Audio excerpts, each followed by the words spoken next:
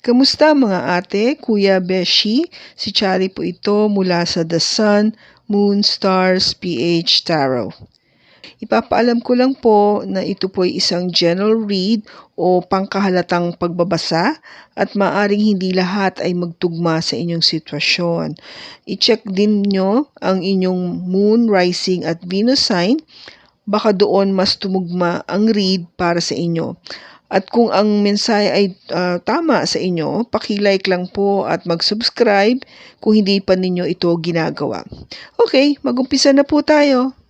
Hello po mga ate, kuya, beshies. Kamusta na po kayo? Dito ulit ako si Chari para gumawa another reading, and this is for the sign of Pisces, Sun, Moon, Rising, and Venus. And of course, welcome po yung mga cross-watchers natin at ang mga bago po nating viewers ni Pisces. Okay, so gawin natin ngayon ulit yung dailies, no? Hindi ko na gawa yung for the weekend kasi po may problema ako dito sa aking microphone, so inayos ko muna yung problema na yon, and hopefully sana magtuloy-tuloy na to. Okay? So I have here the Two of Swords. So tignan natin kung ano yung energy o yung mababasa nating message para ngayong October 17. Okay? We have the Five of Wands, the Page of Swords, Justice,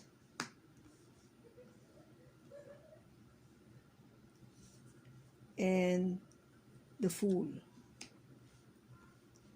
Okay. Bottom niya is the Eight of Pentacles.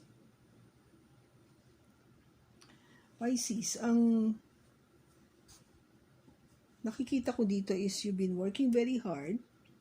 No, talagang nakatungkat, nagko-concentrate maigi sa mga iyong ginagawa sa trabaho, sa opisina, o sa iyong negosyo, o sa kung ano man yung pinagkakaabalahan mo sa araw-araw. Okay? At dahil kagustuhan mo na talagang maging busy, at of course maging very productive, at the same time, mag-earn ng maraming pera. Okay? Kasi ang nagiging concentration natin ngayong mga Pisces is really to earn a lot of money. No? Maging very stable tayo financially. Now, ang sinasabi dito is of course with the Temperance card, kailangan din naman nating alam na balansehin ang ating buhay. You know, we need to balance our life. Hindi lang puro work, but we also need to enjoy ourselves. No? Yung mag-relax naman tayo, Pisces. Kasi alam ko talaga na napakasipag mong tao. Talagang pag meron kang gustong gawin o naisip gawin, talagang ibubuhos mo lahat-lahat ng iyong enerhiya sa iyong ginagawa para magampanan mo mabuti o magkaroon ng magandang output yung iyong ginagawa, no? Maging trabaho man ito o para sa iyong mga pamilya o sa iyong pamilya, talagang o sa mga anak, talagang ibubuhos mo lahat. Okay? And of course, huwag nating kalimutan yung Strength card. This is an energy coming from a Leo na syempre huwag tayong magkaroon ng huwag nating kalimutan yung pagiging malakas ang loob, you know, yung courage na tinatawag natin. Malakas ang loob natin na talagang magpursige dito sa ating minimithi, na magkaroon talaga ng very stable means or very stable yung ating resources o yung ating pera. And we are not scared, no? Hindi tayo takot na mag-intay, mag-invest, mag-alaga, mamuhunan, mag-intay ng matagal.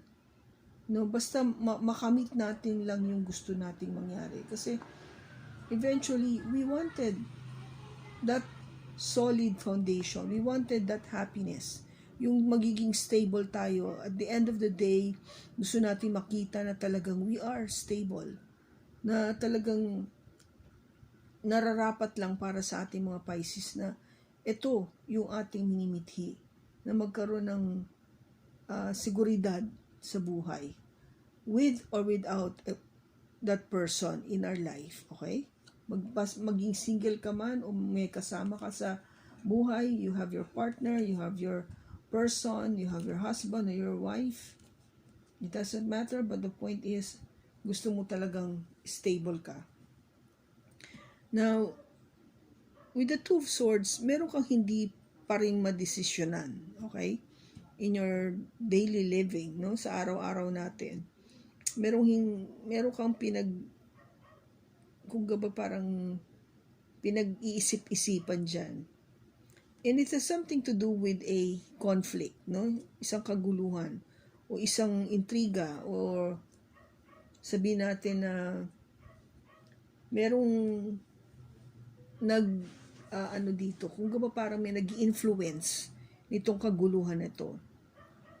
Kasi itong Five of Wands could be something internal, sa'yo lang ang gulo, or it could be coming from other people, sa ibang tao, sa grupo, sa pamilya, kasamahan sa trabaho. And gusto mong malaman from yung bottom, no, yung kung ano ba yung pinagsimulan nitong kaguluhan na to? Bakit ba may intriga? Bakit ba ako nasasama dito sa na to, itong katsikahan na to, ba? Nananahimik naman ako. Nagtatrabaho lang ako, nagko-concentrate lang ako sa sarili ko. Bakit ba nasasama ako dito? And you just wanted, balance. Gusto mo lang ng balance na buhay o tahimik na buhay. Ayaw mo na ng gulo. Ayaw mo tong Five of Wands na to. Ini-echipwera to, pwede nga taob na natin eh. Pero syempre hindi pwede. So, alam mo yun, parang you're pulling yourself out of this negative energy. And with the Fool, this is an energy coming from an Aries na talagang lang ako, no? Simple lang ako. Ako I'll do my thing. Ano yung gusto kong gawin, I will do it. Hindi ako manggugulo ng ibang tao. I don't want to parang mandamay pa ng ibang tao sa gusto kong mangyari sa akin. I will just do what I'm supposed to do. I'll concentrate on my own business and that's it. Yun lang yung gusto ko, no? Maging tahimik. Kung pwede, huwag nyo na akong pakailaman. Excuse my word. Pero minsan, di ba may feeling tayo na para just let me be. Mas masaya pa nga ako na tahimik lang ako eh. Kesa yung may nanggugulo. Okay? Kasi, you're a peace-loving person, Pisces. Ayaw mo ng away. Ayaw mo ng intriga. Hindi mabuti yan para sa'yo. You don't like it. So, tignan natin. Let's clarify kung bakit andito yung Two of Swords. Pero andito yung Two of Swords. We have the Three of Wands. Parang may iniintay ka, no? You're waiting for something na medyo hindi ka makadecide. Kaya hindi ka makadecide kasi you're waiting for something, no? Something to happen. And yung iniintay mo, malapit na matapos. You're ready. Kung parang naando ka na sa dulo, nasa katapusan ka na. Because with the Ten of Swords, this is something na kung matagal mo na itong dinadala-dala, it's been such a pain for you, matatapos na to. Ito na yung ending. Kung this is already the ending of it. No? Yun yung pinaka-ending niyan. Kaya siguro yung ending of what? Yung kaguluhan na to? Of kung ano man yung pinagdadaanan mong sitwasyon na yan. So, let us see. Bakit andito yung Five of Wands? We have the Eight of Swords. So, yung kaguluhan na to is something na talagang you cannot see. Hindi mo makita. Hindi mo makita yung logic behind this, kung ba't nagkakaroon ng kaguluhan na to. Hindi mo makita yung kung ano yung sinasabi ng mga tao na to or something within you na parang bakit nga ba nagkakagulo? You couldn't determine. Hindi mo ma-decipher kung ano na, kung bakit ganun. And dahil dyan, you're having difficulty making that decision, the judgment. Kaya kung gaba parang, syempre, kasi kung clouded ang isipan mo, plus nababalot pa ng intriga, hindi ka talaga makapag-concentrate to make that righteous decision or judgment. Bakit andito yung Page of Swords? Oops. Bakit andito yung Page of Swords?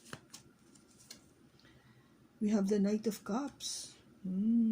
Somebody is trying to offer love to you and, magkakaroon ng communication. Somebody will approach you, Pisces, talking to you and letting you know exactly kung ano yung nararamdaman niya. Okay, so magiging something to do with relationship na to.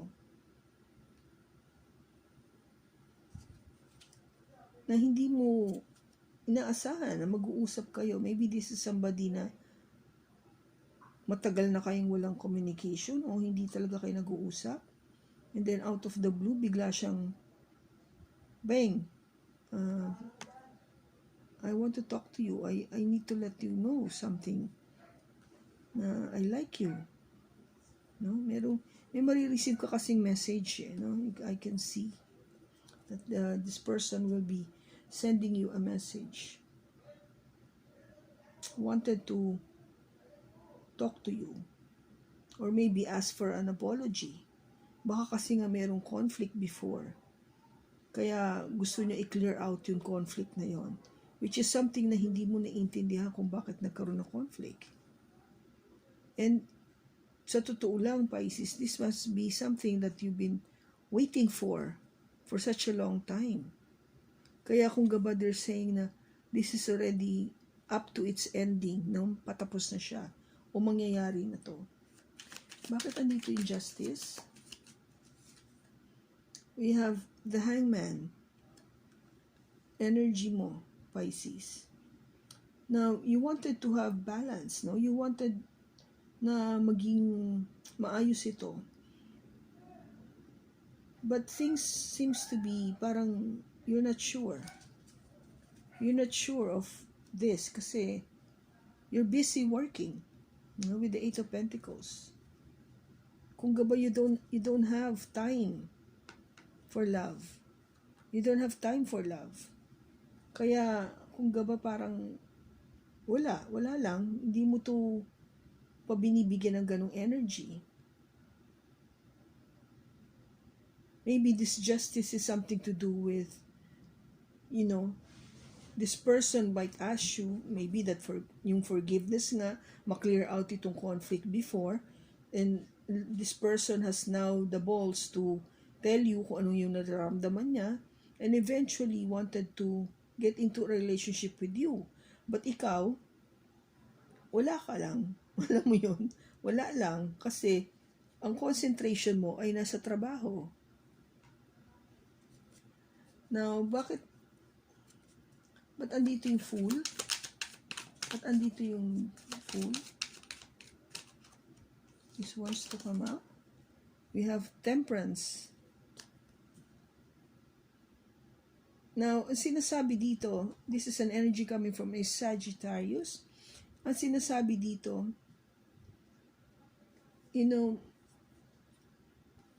balansehin mo yung sarili mo, Pisces. Balance yourself.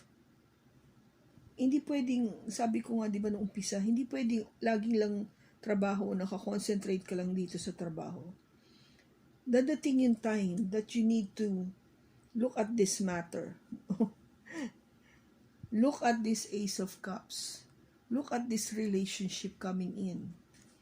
Merong bagong relationship that is coming in. Pisces, for you. And universe or God is saying to you, i-balance mo yung sarili mo. Bigyan mo ng pagkakataon itong love na to come in. Binibigay ko to sa'yo na magkaroon ka ng panibagong pag-uumpisa. Okay? Huwag mo siyang ibaliwala. Huwag mo siyang ibaliwala. That's exactly the message.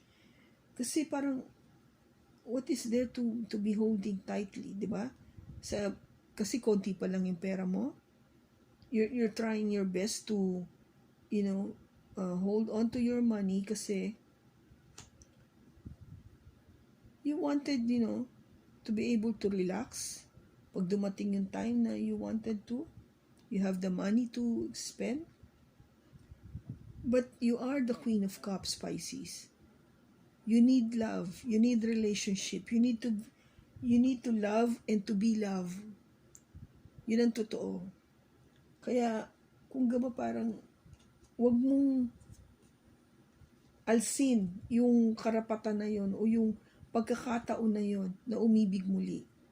Kasi kung ito ng tao na to yung dumadating sa'yo, na nag-apologize or wanted to say something to you very important, na magiging honest na siya,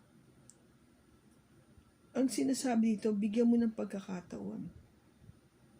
Bigyan mo ng pagkakataon ito. And see what happens. Okay?